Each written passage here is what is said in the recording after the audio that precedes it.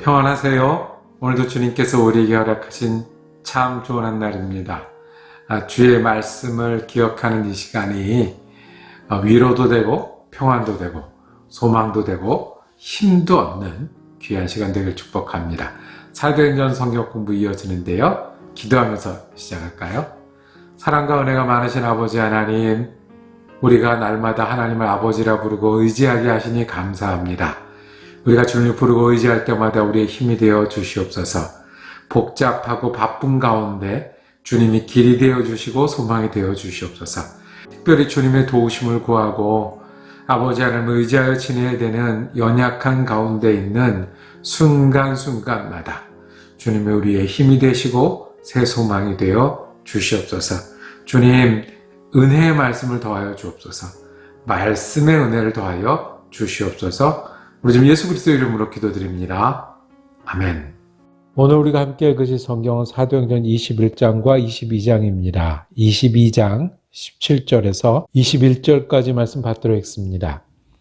후에 내가 예루살렘으로 돌아와서 성전에서 기도할 때에 황홀한 중에 봄에 주께서 내게 말씀하시되 속히 예루살렘에서 나가라.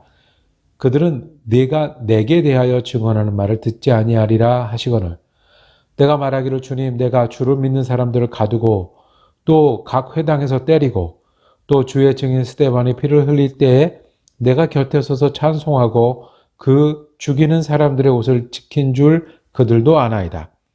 나더러 또 이르시되 떠나가라. 내가 너를 멀리 이방인에게로 보내리라 하셨느니라. 아멘. 예수 믿는 사람들은 증인에서 시작을 했습니다. 예수님의 십자가와 부활을 증거하는 사람들이 예수 믿는 일의 시작이었습니다. 그 일은 지금도 계속됩니다. 예수 믿는 사람들은 증인들입니다. 그런데 증인으로 사는 일, 증인으로 역할을 다하는 일은 쉽지 않습니다. 어떻게 하면 우리가 이 시대의 내 자리에서 예수를 증거하며 살 수 있겠습니까? 어떤 분들은 예수를 증거하는 일이 어렵다고 얘기를 합니다. 그리고 자기는 그렇게 얘기하고 사는 그런 타입이 아니라고 또 표현하는 분들도 있었습니다.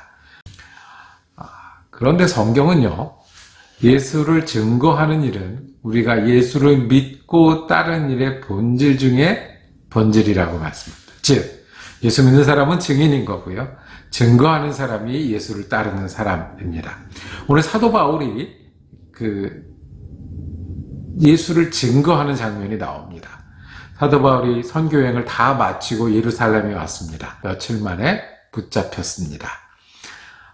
유대인들이 사도 바울을 공격하고 비난하고 그리고 심지어는 잡아서 죽이겠다는 사람들이 나타났습니다. 그래서 유대인들이 달려들었습니다. 왜 안 그랬겠습니까? 예수님한테도 그랬던 곳 예루살렘. 사도 바울이 그 일을 겪었습니다. 소유가 일어나니까 그 당시 치안을 담당하는 로마 군인들이 있었습니다. 로마 군인들이 소요가 일어날 때 이 사도 바울을 붙잡았습니다. 그리고 쇠사슬로 결박했습니다. 그리고 예루살렘 성전 옆에 있는 요새로 데려가는 중에 그 긴박한 중에 사람들에게 잡혀서 큰일이 날 뻔했다가 이제는 로마 군인들이 자기를 묶어서 끌고 가는 그 중에 오늘 읽은 그 성경 조금 앞에 11장에 보면 얼마나 긴박했냐 하면 사도 바울을 들고 갔다고 그랬어요. 그러니까 군인들이 그 사도 바울을 끌고 가는 것도 데리고 가는 정도가 아니라 막 들고 가야 되는 정도로 사람들에게 위협을 받고 있는 그 긴박한 순간에 사도 바울이 멈춰 섰습니다. 멈춰서 돌아보고 많은 사람들에게 자기 이야기를 하기 시작을 합니다. 그 긴박한 순간에 무엇을 얘기를 했을까요? 예수를 어떻게 증거했을까요? 사도 바울은 자기 이야기를 합니다. 자기 이야기하면 너무 개인의 얘기 아닌가요? 자기 이야기하면 결국 자랑으로 흐르지 않나요? 자기 이야기하면 한쪽 주장만 하다 끝나는 게 아닌가요? 아니요. 사도 바울의 이 긴 22장에 걸친 이 자기 증언, 즉 간증은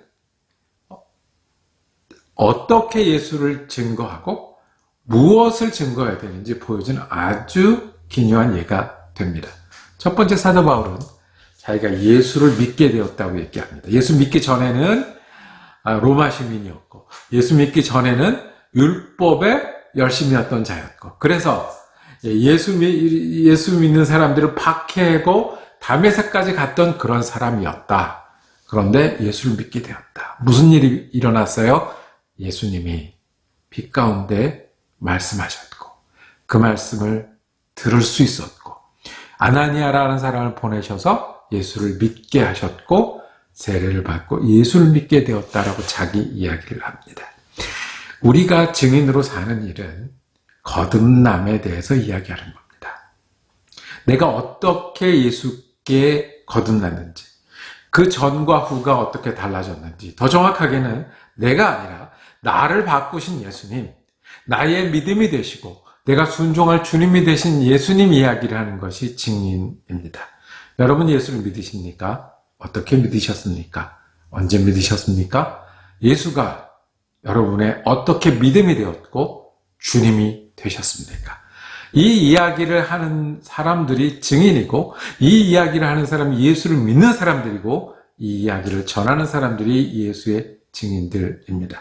긴박한 순간에 사도 바울은 긴 논리 있는 설교를 준비할 수도 없었고, 많은 사람들과 그 논쟁을 해서 이기고 지고 할 수도 없었던 그 순간에 내가 예수를 믿게 되었노라, 예수님이 내 주님이 되었다라고 이야기합니다.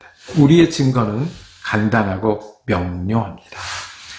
예수님은 우리를 거듭나게 하신 주님이십니다.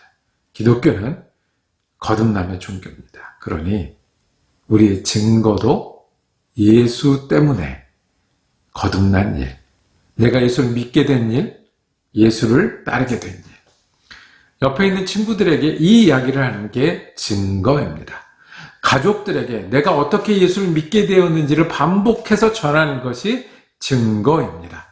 예수를 모르는 사람들에게 예수를 믿게 된 내 이야기가 내 첫 번째 증거가 되면 자랑도 아니고요, 내 타입이 아닌 것도 아니고요, 우리 예수 믿는 사람들이 모두가 할 수 있는 증거입니다.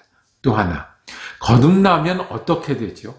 거듭나면 무엇이 달라지죠? 그러면 거듭난 사람 나는 무엇을 붙들고 예수를 믿을까요? 그 증거가 이어지는 증거입니다. 오늘 읽은 말씀에 보면 바울이 기도하던 중에 들었던 음성에 관한 말씀을 합니다. 후에 내가 예루살렘으로 돌아와서 성전에서 기도할 때에 들었던 말씀입니다. 증언하는 말을 듣지 아니하리라 라고 주님 말씀하셨어요. 이 이야기는 우리가 곰곰이 들을 필요가 있습니다. 증언하려고 할 때 듣지 않는 걸 알아요. 내가 가만히 있으면 아무 일이 일어나지 않아요. 좋은 사람, 웃는 사람, 내 거 지내는 사람이 아니라 내가 예수를 전하려고 하니까 내가 뭐가 부족하고 뭐가 안 되는지 알기 시작합니다. 내가 예수를 전하려고 할 때 나의 모든 것이 달리 보입니다. 그 전에 좋던 것은 어려워지고요, 그 다음에 내게 어려워진 것은 예수께 쓰임받는 일이 됩니다. 보실까요? 그 바울은요, 그 전에 율법에 정통한 사람이었어요. 로마 시민으로서 특권을 가지고 있었어요. 예수를 전하는 일에 이거가 소용이 없더라고요. 그리고 오히려 방해되는 걸 발견했어요. 뭐냐 하면 내가 옛날에 예수를 박해했던 사람이라는 거예요. 이어서 말씀합니다. 19절에 내가 주를 믿는 사람을 가두고 회당에서 때렸던 것을 본 사람들이 있고 아는 사람들이 있습니다. 그러니 내가 증거하는 것을 듣지 않습니다. 내가 스데반을 죽일 때에 거기 앞장섰던 것을 본 사람들이 있고 아는 사람이 있습니다. 그러니 내 증거를 듣지 않습니다. 내가 당신을 아는데 당신 예수 반대했던 사람 아니냐? 내가 당신을 아는데 스데반을 죽인 당신 이야기를 어떻게 듣느냐? 그럴 때 주님 말씀하셨습니다. 너 그러니 어디로 가라? 이방인에게로 가라. 원래 바울의 선택이 아니었네요. 바울은 예루살렘에서 큰 교회를 하고 싶었을지 모릅니다. 아니, 효과적인 학교를 하고 싶었는지도 모릅니다. 그런데 그게 안 됐어요. 과거의 부족함 때문에, 내가 지내는 모습 때문에. 주님, 거기서 멈추지 않게 하시고 바울을 새로운 일로 들어 사용하십니다. 그러면서 바울은 이방인의 사도가 되었어요. 바울의 설교는, 바울의 간증은 여기서 그칩니다. 왜냐하면 사람들이 더 이상 듣고 있을 수가 없어서 달려들었기 때문에 그렇습니다. 여기서 멈춘 증거. 우리들의 증거도 바울의 증거처럼 되기를 원합니다. 바울이 붙잡힌 거 말고요. 바울이 어려움 겪은 거 말고 우리 증거요. 과거가 장애가 아니라 하나님 앞에 내가 하나님을 믿는 이유, 지금도 붙드는 이유로 증거가 되기를 원합니다. 내 부족함과 내 어려움과 내 장애가 방해하는 것이 아니라 그렇기 때문에 내가 더 얘기하는 사람. 여러분들의 과거가 어떻든 주님은 여러분들 들어 사용하시기를 원하십니다. 여러분들의 부족함이 어떻든 주님은 여러분들을 사용하실 수 있는 분이십니다. 여러분들은 어떤 증인이십니까? 여러분은 어떻게 사용되고 계십니까? 우리들이 주님을 증거할 제목 두 가지가 있습니다. 하나는 내가 예수를 믿는 사람이 되었다는 것입니다. 그리고 두 번째는 주님이 지금도 나를 사용하고 계신다는 겁니다. 간증은요, 증인은요, 내가 많이 하는 걸 자랑하는 게 아니고요. 내가 말을 잘해야 하는 게 아니고요. 그리고 내가 성공했다고 보아라 라고 얘기하는 것이 아닙니다.